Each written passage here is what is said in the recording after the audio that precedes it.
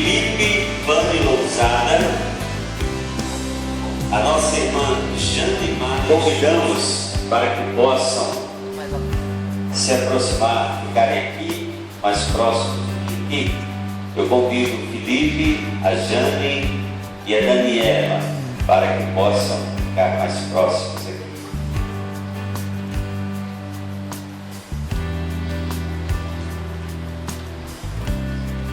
A palavra do Senhor nos diz em Mateus capítulo 10, esses irmãos eles já foram recebidos através do batismo. Eles foram batizados quando criança, na infância, mas que agora tomaram a decisão de professarem a fé. Eles vão professar a fé hoje no Senhor Jesus. E eu gostaria de fazer as seguintes perguntas aos irmãos. Vós credes em Deus Pai Todo-Poderoso, Criador do céu e da terra? Sim. Vós credes em Jesus Cristo, seu único Filho, nosso Senhor, o qual foi concebido por obra do Espírito Santo, nasceu da Virgem Maria, padeceu sob o poder de Pôncio Pilatos, foi crucificado, morto e sepultado, desceu ao Hades, ressurgiu dos mortos ao terceiro dia, subiu ao céu e está sentado à mão direita de Deus Pai Todo-Poderoso, de onde há de vir para julgar os vivos e os mortos? Sim. Vós credes no Espírito Santo? Sim.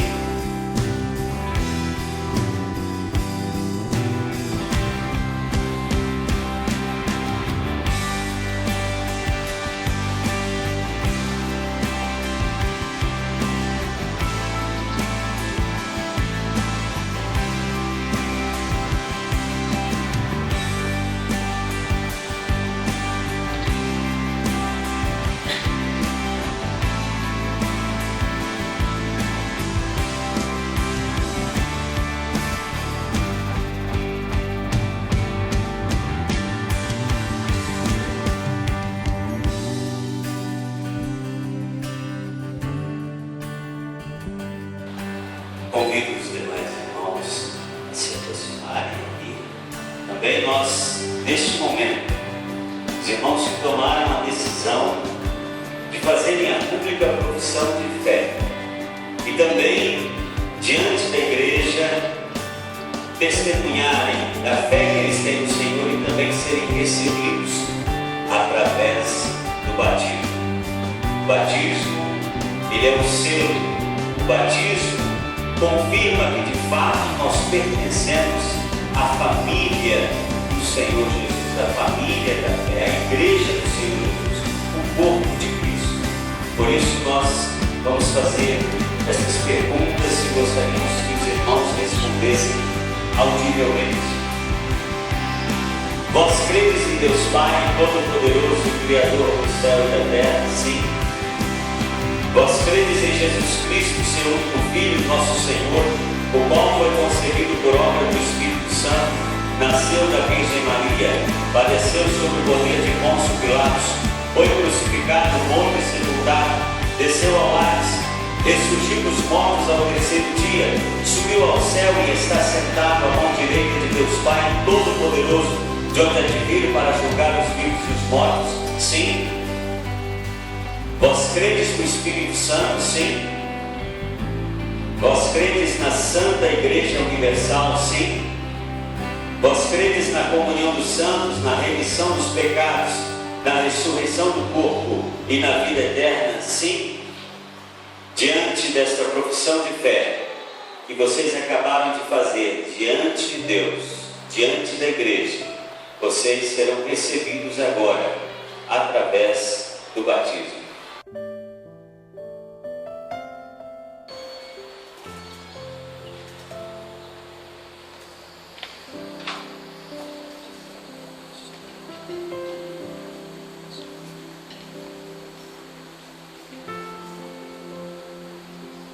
Euclides, eu te batizo em nome do Pai, do Filho e do Espírito Santo. Amém.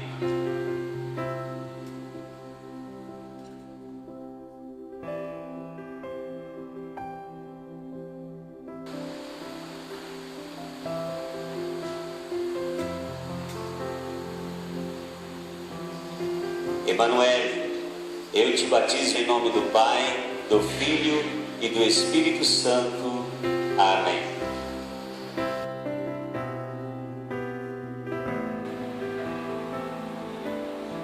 Tiago, eu te batizo em nome do Pai, do Filho e do Espírito Santo. Amém.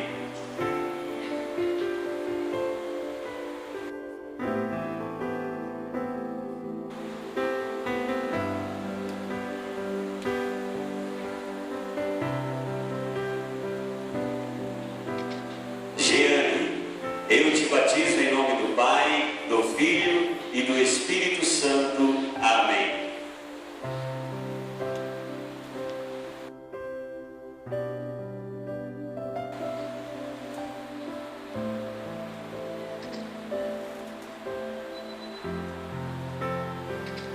Adriana, eu te batizo em nome do Pai, do Filho e do Espírito Santo. Amém. Aplauda o Senhor, irmãos.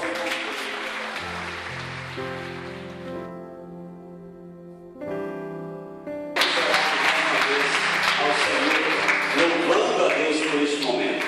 Presbítero Luiz Fernando, olha o Senhor nesse instante. Pai querido, Pai amado, Pai com amor infinito para com seus filhos. Aqui está, Senhor, teu povo reunido nessa noite. Espere-se no ano de 2013, acreditando e tendo a fé que está na tua palavra. O ano de 2014 será muito melhor. Vitórias e bênçãos sem medidas será derramada sobre o teu povo.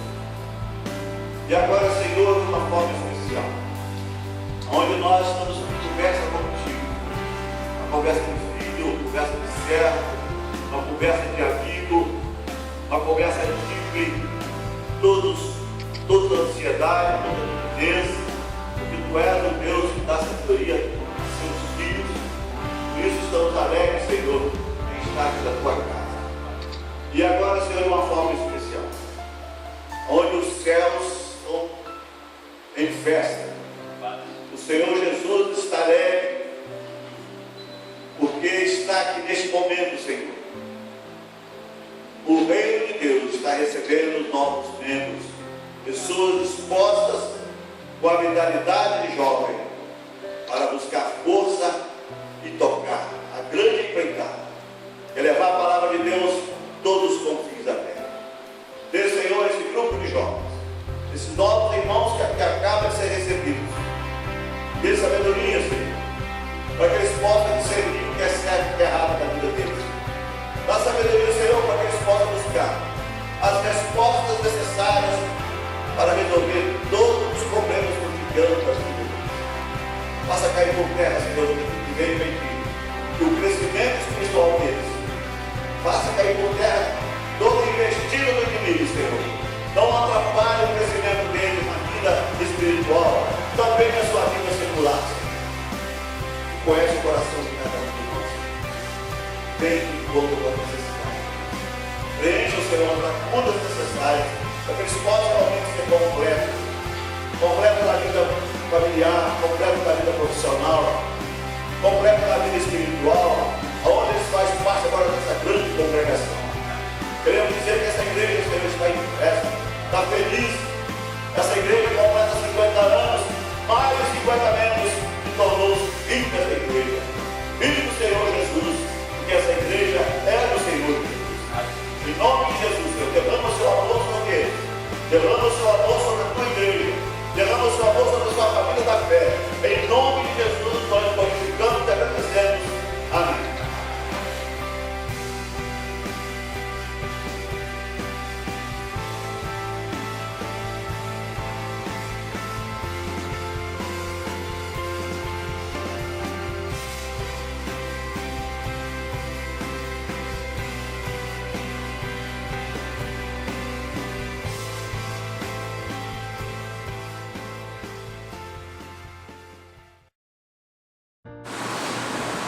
Na verdade, todos querem a felicidade. Não tem nada de errado nisso.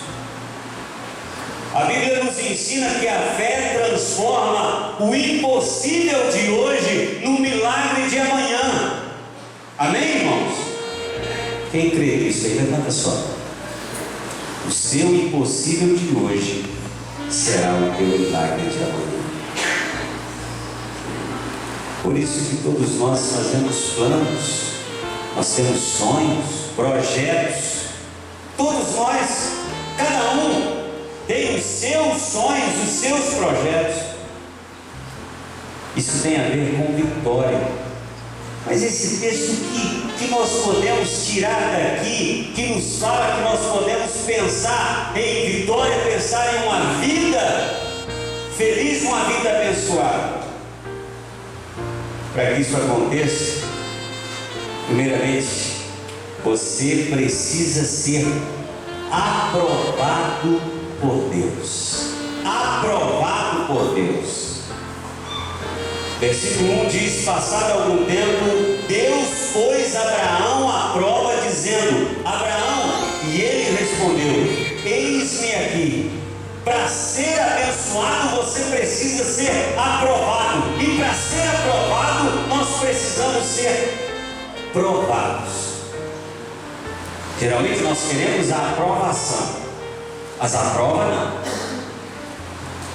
Se tivesse algum meio, alguma possibilidade de nós sermos aprovados por Deus sem prova, isso é contraditório. Isso é contraditório. Vem cá, você foi aprovado por Deus. Eles querem a bênção, mas não querem pagar o preço. Antes da ressurreição, veio a cruz. Antes do oásis tem o deserto. Não tem como fugir a essa realidade.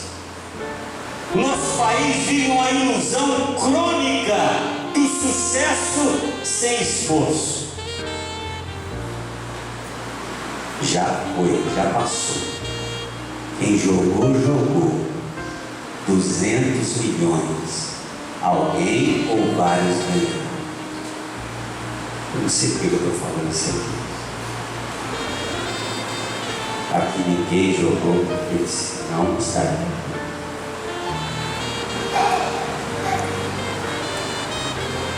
$200 milhões é para resolver o seu problema, não? Você viu a historinha dos dois irmãos que ganharam 7 milhões? E que disseram que eles eram felizes quando não tinham 7 milhões? E que eles achavam que o dinheiro era felicidade? E que eles nunca tinham sido sequestrados antes? E que eles decidiram doar os 7 milhões porque aquilo era problema na vida deles. Claro que deve ter muita gente se oferecendo aí para receber essa doação. Mas o dinheiro não traz a felicidade. O sonho de muitos é prosperar sem esforço, é vencer sem luta. Isso não cabe no plano de Deus para ninguém. Deus deseja muito te abençoar, mas tem preço para isso. Existe um preço. Para vencer é preciso obedecer. Os versículos 2 e o versículo 3 nos diz assim: acrescentou Deus: toma teu filho, teu único filho, Isaque, a quem amas, e vai à terra de Moriá e oferece-o ali em holocausto sobre um dos montes em que eu te mostrarei. Levantou-se, pois, Abraão de madrugada, e tendo preparado o seu jumento, tomou consigo 2 dos seus servos e a Isaque, seu filho, rachou lenha para o holocausto e foi para o lugar que Deus lhe havia indicado. Verso 9 e 10 diz assim: chegaram ao lugar que Deus lhes havia designado. Ali edificou Abraão um altar, sobre ele dispôs a lenha, amarrou Isaque, seu filho, e o deitou no altar em cima da lenha, e estendendo a mão, tomou o cutelo para imolar o seu filho. Obedecer a Deus incondicionalmente, não importa a ordem de Deus. Obedecer a Deus não faz sentido, não. Às vezes não. Havia um aparente absurdo aqui, nessa ordem de Deus, nessa prova de Deus. Tinha algo estranho aqui. Deus parecia que estava imitando os deuses pagãos que impediam sacrifícios humanos. Deus pede para Abraão matar o seu único filho. Ismael nem conta. Filho legítimo, Isaac, único filho. A quem amas? Mas qual o sentido disso? Muitas vezes Deus parece não fazer sentido. Muitas vezes a nossa fé em Deus não parece ter sentido. Muitas vezes a igreja parece não ter sentido. Para que eu vou à igreja? Ou qual a pergunta que geralmente se faz? O que eu vou ganhar com isso?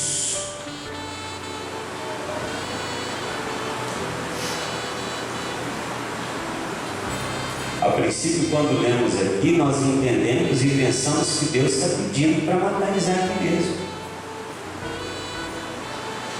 Que Deus queria Isaac naquele momento ali, naquele instante ali. O tratamento de Deus não era com Isaac. Naquele momento, Deus queria, na verdade, era Abraão. Deus estava testando, Deus estava provando o Abraão quem ele realmente amava, a quem ou o que ele realmente amava. Mas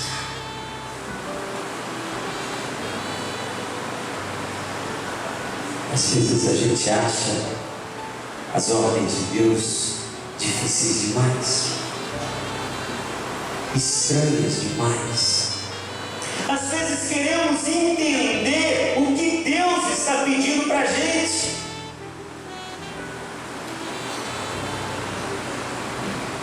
Não queira entender.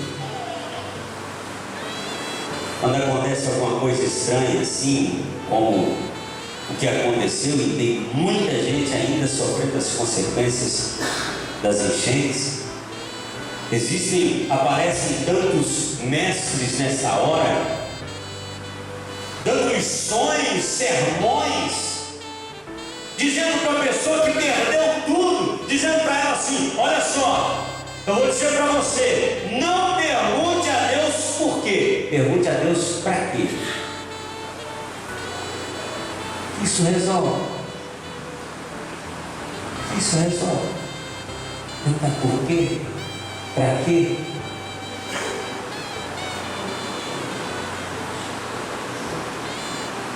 Na verdade, Deus está sempre nos provando. A gente não percebe isso. Nesse momento aqui, era o momento do tudo ou nada na vida de Abraão. Era o momento em que Deus estava dizendo assim: eu quero ver quem você ama de fato. Quem é que é mais importante na sua vida? Para vencer você precisa ser paciente. Se você não está entendendo agora, calma. Jesus disse: o que eu faço agora você vai compreender depois. Deus, na verdade, quer que nós nos esvaziemos de tudo aquilo que nos afasta dele. Às vezes, pelo bom, perdemos o melhor de Deus, pelas coisas que são agradáveis aos olhos, muitas vezes desagradam o coração de Deus, são agradáveis aos nossos olhos, mas não ao coração de Deus. Por isso eu preciso ser paciente. Versículo 4 e 5 diz: no terceiro dia de viagem, Abraão olhou e viu ao longe o lugar. Imagina qual era o assunto que Abraão conversava com Isaac, ou vice-versa, se é que tinha assunto. Fala sobre o quê? Para Isaac era uma caminhada aparentemente normal para sacrificar a Deus, mas para Abraão tinha algo muito além disso. Então é preciso ser paciente quando não estamos entendendo o agir de Deus. É preciso discernir o Cronos, o tempo humano, do Kairos, o tempo de Deus. Na era da informática, da velocidade das informações, das viagens rápidas, da comida rápida, nós muitas vezes nós queremos apressar Deus também, dizendo assim: Deus, o Senhor está demorando demais para fazer algo na minha vida. A bênção de Deus, na verdade, virá no tempo de Deus. Um dos maiores testes da nossa fé é aprendermos a esperar. Para vencer na vida é preciso vencer as emoções. Quando Isaac disse: meu pai, e Abraão responde para ele: sim, meu filho, eis-me aqui. Isaac diz: o fogo está aí, o cutelo, mas a lenha, mas onde está o cordeiro? O coração de Abraão sangrava enquanto ele preparava as coisas ali, toda aquela preparação para o holocausto. Depois ele teve que enfrentar a emoção, quando Isaac percebe que alguma coisa estava errada. Abraão precisava enfrentar os sentimentos e não vacilar diante da pergunta inevitável: onde está o cordeiro? Onde está o cordeiro? A pergunta que a gente faz: onde está o cordeiro? Onde é que está Jesus quando eu estou sofrendo? Onde é que está Deus quando eu estou no pior momento da minha vida? Onde está o cordeiro? Onde está Deus na sua vida? Você tem tentado resolver os seus problemas do seu jeito, da sua forma, da sua maneira? Não tem conseguido. As pessoas vêm e perguntam: ei, onde é que está Deus na sua vida, hein? Para você estar passando pelo que você está passando. Eu preciso vencer as emoções e estar firme na fé. O tempo todo somos tomados por emoções negativas, traumas, desilusões, amarguras, ódios, ressentimentos, vaidade, orgulho, incredulidade. Abrão significava exaltado, grande. Deus muda Abrão para Abraão, dizendo pai de uma grande nação. Deus quer mudar a trajetória da nossa vida quando Ele vê de fato que nós não nos abalamos diante das maiores atrocidades ou dos piores momentos da nossa vida. Abraão sabia em quem ele confiava, por isso que para vencer é preciso viver pela fé. O verso 8 diz: respondeu Abraão: Deus mesmo há de prover o cordeiro para o holocausto, meu filho. E os dois continuaram a caminhar juntos. Em um mundo cada vez mais materialista, viver pela fé parece racionalmente loucura. Em um mundo místico e idólatra, viver pela fé parece escândalo. Hebreus capítulo 11, versículo 1 diz: ora, a fé é a certeza das coisas que se esperam e convicção de fatos que se não veem. É preciso crer. Para vencer é preciso ouvir a voz de Deus. E o anjo do Senhor diz: não faça nada ao rapaz, não toque, não lhe faça nada. Agora sei que você teme a Deus, porque não me negou o seu filho, o seu único filho. Às vezes o que nos afasta de Deus são exatamente as coisas que deveriam nos aproximar dele, ou as pessoas que deveriam nos aproximar dele, ou seja, as próprias bênçãos de Deus. Se a Bíblia diz que os filhos são a herança do Senhor, são presentes de Deus, Mas naquele momento, até então, ali naquele momento na vida de Abraão, estava sendo testado de fato se Abraão decidiria a partir daí continuar confiando em Deus ou se afastar de Deus. É o que acontece quando nessa hora, quando no momento em que decidimos obedecer a Deus, é que Deus fala conosco. Porque quando desobedecemos, Deus não fala, Ele grita. Ele grita. Quando desobedecemos a Deus, Ele grita. Como disse C.S. Lewis, Deus sussurra nos nossos ouvidos através dos prazeres, dos momentos de alegria que Ele mesmo nos concede. Mas Ele grita através da dor. Portanto, no momento de dor do nosso coração, mas que estamos dentro da vontade de Deus, Ele vai falar com a gente. Ele fala, Ele acalma o nosso coração. Sem Deus você ouve a sua própria voz. Sem Deus você ouve a voz do mundo. Sem Deus você vai ouvir a voz do diabo. Que vozes vocês estão ouvindo agora? Tem uma voz, talvez possa ter uma voz dizendo para você agora: não acredite em nada que você acabou de ouvir. Deus não te ama. Deus não se importa com você, rapaz. Você é indigno de fazer parte dessa igreja. Você não pode viver sem pecar. Você vai perder amigos se você der ouvidos ao que esse pastor está pregando. Você vai perder amigos. Você vai perder prazer. Para ouvir a voz de Deus, você precisa andar perto de Deus. Se você anda perto de Deus, você ouve a voz dele. Se você anda longe de Deus, você sente o peso da mão dele. Para vencer na vida, você precisa do Cordeiro de Deus. Verso 13. Abraão ergueu os olhos e viu um cordeiro preso pelos chifres no arbusto, foi pegá-lo e o sacrificou no holocausto, em lugar de seu filho.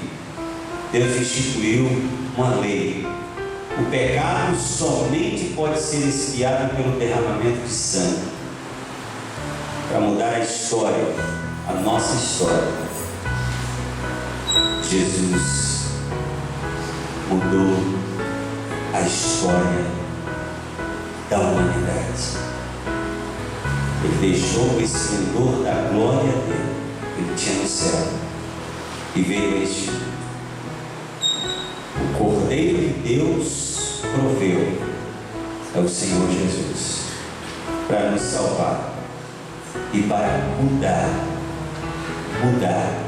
a nossa